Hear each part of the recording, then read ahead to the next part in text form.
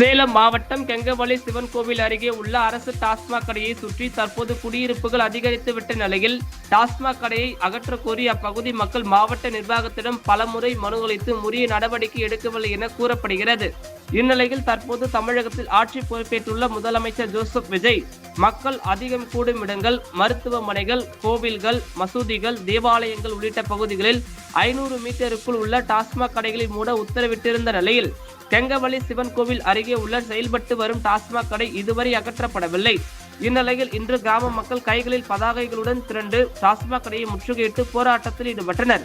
அப்போது மது பாட்டில்களை வாங்க போராட்டக்காரர்களை விட அதிகமானோர் குவிந்ததால் கடையை மூட சொல்லி ஒரு தரப்பும், கடையை திறக்க சொல்லி ஒரு தரப்பும் வாக்குவாதத்தில் ஈடுபட்டனர்.